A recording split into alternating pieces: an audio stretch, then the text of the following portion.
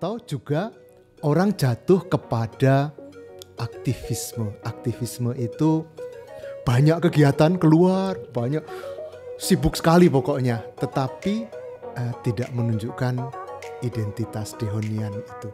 Lebih mencari sesuatu yang bagi dirinya gitu ya, dikenal orang. Di luar komunitas dia bisa, misalnya Dehonian itu bisa akrab dengan semua orang gitu kan, bisa sangat terkenal. Tapi dengan anggota komunitas sendiri, misalnya dia tidak bisa berdamai, tidak pernah ikut ambil bagian dalam kegiatan komunitas, bisa menjadi seperti salah Lalai dalam berdoa.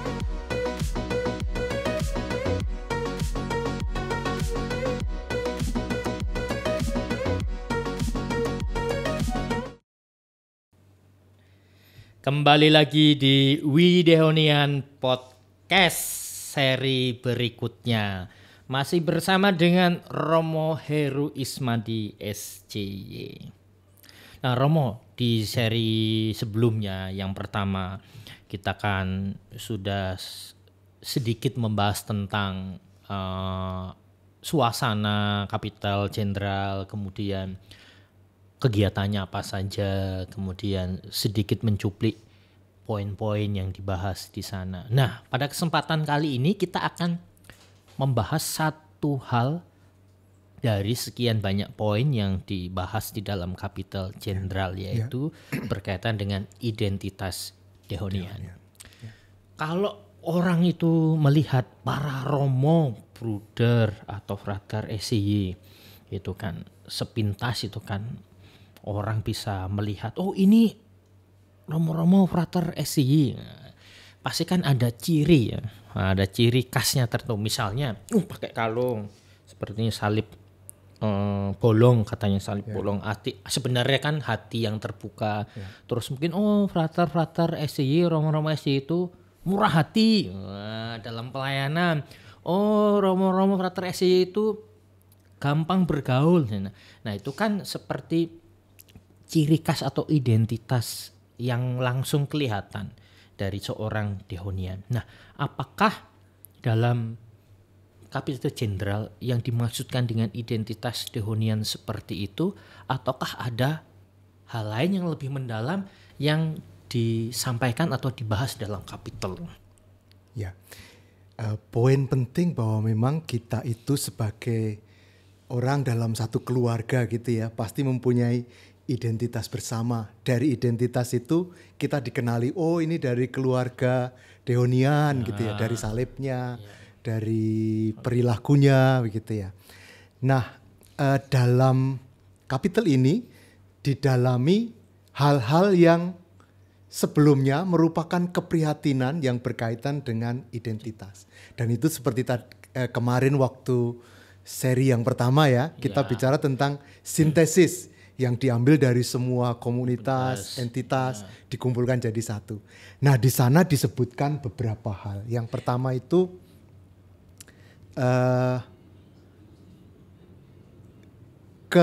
pengenalan terhadap tulisan Pater Dehon yang dikatakan dalam rumusan itu sangat terbatas gitu ya di antara para anggota kongregasi. Karena mengenalnya terbatas, lalu mengekspresikannya kan sebatas yang dikenal itu kan ya, membuat orang-orang mengekspresikan identitas Dehonian itu menjadi enggak sama satu sama lain. Beda-beda begitu ya. Beda-beda tergantung pengenalannya. Satu provinsi aja bisa beda-beda misalnya dalam penghayatan spiritualitas Dehonian, apalagi beda provinsi dengan beda budaya, beda bahasa. Nah dulu kan misalnya kalung SCY aja beda-beda gitu kan, setiap provinsi beda-beda dan mungkin pemaknaannya juga bisa beda-beda karena itu tadi ya alasannya yang mungkin sangat minim, kemudian belum bisa menyatu, sehingga dalam penghayatan hidup sehari-hari pun bisa identitas itu menjadi abu-abu atau tidak sama. Dan langkah-langkah apa kemudian yang dibahas di dalam Kapitol sehingga supaya keprihatinan itu bisa diatasi atau terjawab.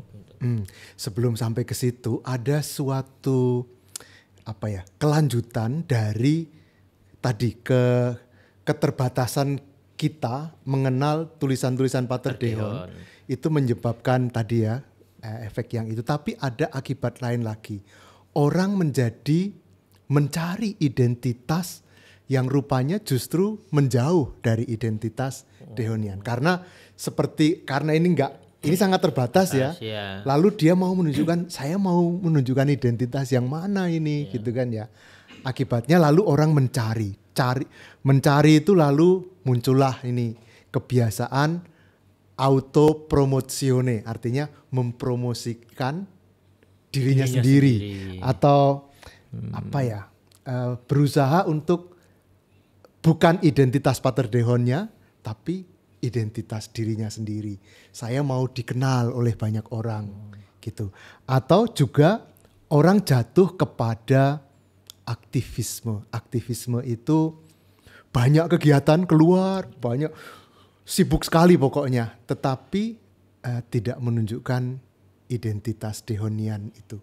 Lebih mencari sesuatu yang bagi dirinya gitu ya, dikenal orang. Di luar komunitas dia bisa, misalnya Deonian tuh bisa akrab dengan semua orang gitu kan, bisa sangat terkenal. Tapi dengan anggota komunitas sendiri, misalnya dia tidak bisa berdamai, tidak pernah ikut ambil bagian dalam kegiatan komunitas, bisa menjadi seperti salah lalai berdoa. Aduh ini. Iya. Biarawan tuh harus rajin berdoa. Wih, banyak menggosip, wah, ada yang kameramen banyak menggosip gini-gini tadi itu. Contoh ya, salah dalam penghayatan itu, mau bisa sampai ke sana. Terus langkah-langkah apa yang disampaikan dalam kapitel sehingga supaya jarak jurang ini bisa menjadi semakin dekat, bahwa Deonian itu sungguh-sungguh menghayati spiritualitas Pater Deon secara asli. Ya. Nah, kemarin waktu kita di seri yang pertama juga disampaikan, didorong agar setiap anggota belajar bahasa pendiri kita, bahasa Prancis, dengan maksud agar bisa membaca tulisan Pater Deon yang asli gitu ya, mengerti dengan baik. Tapi itu kan tidak mudah diwujudkan ya. Maka lalu kongregasi itu sudah memikirkan ini kesulitan yang terjadi di dalam kongregasi. Maka kongregasi mendorong boleh dikatakan sebuah lembaga dalam kongregasi kita, namanya Centro Studi Deoniani. Centro Studi Deoniani, Pusat Studi Deonian. Nah, mereka itu sudah, orang-orang yang ada di kantor ini sudah menyiapkan banyak tulisan Pater Deon menjadi siap untuk dibaca. Bahkan mereka juga menyiapkan beberapa terjemahan dalam bahasa yang berbeda. Bahasa Indonesia memang tidak cukup banyak sih. Tidak termasuk. Sehingga mau tidak mau ya kita harus menggunakan bahasa yang selain bahasa Indonesia yang sudah dikenal. Kita berharap bahwa suatu ketika Centro Studi Deonian ini yang ada di pusat, ada juga di provinsi kita, sehingga bisa menerjemahkan materi-materi yang ada di situ ke dalam bahasa Indonesia. Sehingga keprihatinan yang pertama yang tadi, kok banyak anggota tidak mengenal tulisan Pater Deon, bisa diatasi. Dengan begitu identitasnya bisa terserap lebih. Kalau nggak salah satu anggota SI Provinsi Indonesia juga bertugas di tempat ini tadi yang ini tadi Romo Yudhistira. Memang diutus khusus untuk ikut ambil bagian dalam tugas menyiapkan bahan-bahan dan menerjemahkan supaya memang banyak anggota SI bisa semakin mengenal apa yang dituliskan atau yang diharapkan oleh Pater pendiri Leo Deon. Seperti ini gambarnya di sini, patungnya gambarnya. Nah, salah satu usaha yang sudah pernah kita buat itu mengundang Romo Yudis menjadi pembimbing retret bagi kita. Bercerita atau merefleksikan tentang spiritualitas Pater Deon. Juga kita punya Romo Jenli. Oh ya, Romo Jenli yang sekarang tugas di Gisting. Di Gisting ya, Postulat Novisiat Santo Yohanes Gisting. Sebenarnya ada juga Romo Sukamto misalnya. Mereka secara khusus mendalami ini spiritualitas, tulisan-tulisan Pater Deon. Saya kira ke depan kita bisa lebih optimis bahwa tulisan Pater Deon akan lebih sampai ke kita. Ada banyak beberapa konfrater yang sudah mendalami memang. Nah, selain membuat apa ini CSD ini tadi, apakah ada bagian lain supaya identitas Deonian ini bukan hanya didalami secara pribadi, tapi sungguh-sungguh dikenal bahkan sampai kelihatan dalam karya? Ya, betul. Kapitel sendiri memutuskan, jadi bukan sekedar rekomendasi ini, tetapi adalah sebuah keputusan untuk membentuk yang namanya komisi spiritualitas. Supaya gerakan mendalami tulisan Pater Deon ini bukan hanya gerakan sebagian anggota atau sebagian entitas provinsi, tapi seluruh kongregasi kita, maka dibentuk komisi ini. Nah, komisi ini secara rutin nanti akan memberikan materi, bahan-bahan berdasarkan tema tertentu. Misalnya tahun ini temanya apa, mereka menyiapkan materinya. Juga tentang bahan-bahan untuk retreat misalnya, mereka akan menyiapkan juga. Saya pikir ini suatu langkah yang baik selain usaha yang dikerjakan oleh Centro Studi Deonian, juga ada komisi spiritualitas. Kadang-kadang waktu kapitel itu mereka meragukan. Nanti ini kan dua lembaga yang kayaknya ada keterkaitan tapi irisan juga. Jangan-jangan nanti mereka bingung ini tugasmu apa tugasku gitu. Tapi saya pikir nanti pimpinan jenderal akan mempertegas apa tugas Centro Studi, apa tugas komisi spiritualitas. Nah, kalau menjawab pertanyaan yang tadi Romo sampaikan, supaya kelihatan nyata dalam karya, itu apa yang direncanakan oleh kapitel ya. Nah, kapitel juga membuat sebuah keputusan lain. Selain komisi spiritualitas, mereka juga memutuskan pembentukan komisi Justitia et Pace, Justice and Peace. Mengapa ya ini kok begitu ditekankan ya? Biasanya kan komisi ini ada di provinsi ya, kita punya komisi di Indonesia ya. Waktu itu tingkat jenderal malah tidak ada sebenarnya. Nah, sekarang mau diadakan ini dengan maksud supaya spiritualitas yang dibaca, dimengerti, itu tidak tinggal dalam pengertian, tidak tinggal juga dalam penghayatan pribadi, tetapi mewujud di dalam karya. Maka komisi ini nanti akan menerjemahkan spiritualitas ke dalam tindakan sosial yang lebih konkret. Nah, itu nanti suatu yang menurut saya cukup penting. Karena apa? Kita dikenal bukan hanya dari spiritualitas, tapi dari pekerjaan yang kita lakukan. Jadi nanti dari spiritualitas itu ditarik kepada karya secara khusus bagian Justice and Peace tadi ya, sebagai karya yang memang sejak awal sebenarnya ada di provinsi-provinsi seperti di Provinsi Indonesia hanya di tingkat jenderal belum ada, dan sekarang diformulasikan dibentuk secara lebih jelas, detail, sehingga itu menjadi karya kongregasi secara umum, dan itu nanti juga masuk ke provinsi-provinsi termasuk juga di Indonesia. Jadi memang menjadi gerakan bersama nanti tentang identitas Deonian supaya menjadi sama, menjadi satu gitu ya, menjadi universal, sehingga tidak mengartikan dan menerjemahkannya sendiri-sendiri atau secara berbeda-beda. Maka nanti kalau misalnya ngelihat Deonian itu cara anunya sama, Deonian itu seperti ini, termasuk juga sampai kepada karya-karya. Apakah masih ada poin penting lagi Romo berkaitan dengan identitas Deonian yang disampaikan dalam kapitel itu?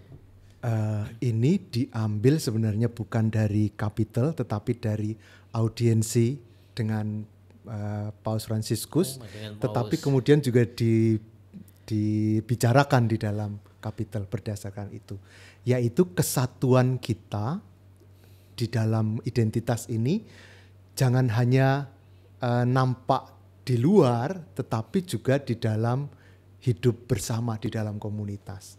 maka sangat ditekankan mengenai hidup berkomunitas. Di situ akan nampak sekali nanti misalnya program komunitas ya. Apa namanya? Jadwal harian gitu ya.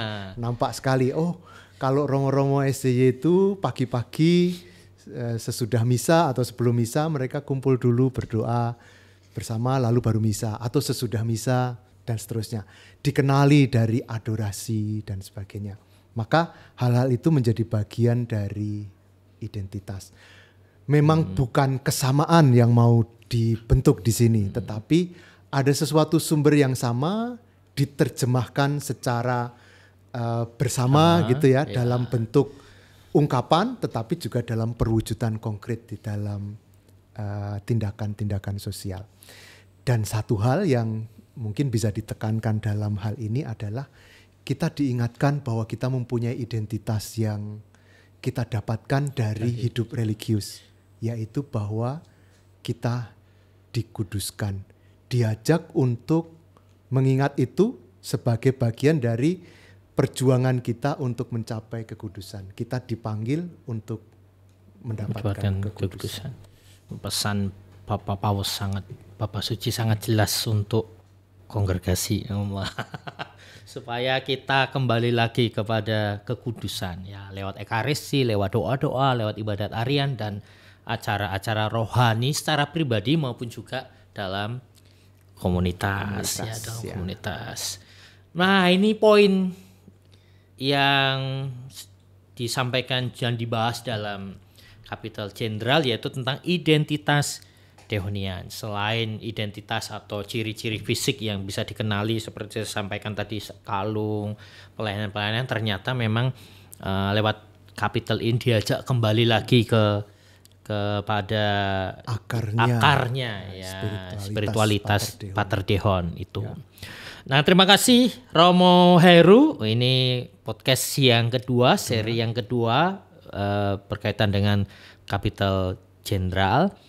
Dan juga masih ada seri-seri berikutnya dari We Dehonian Podcast. Ya, maka kita akan kembali di seri berikutnya yang pasti juga tidak kalah menarik, yang akan membahas tentang seputar kehidupan Dehonian.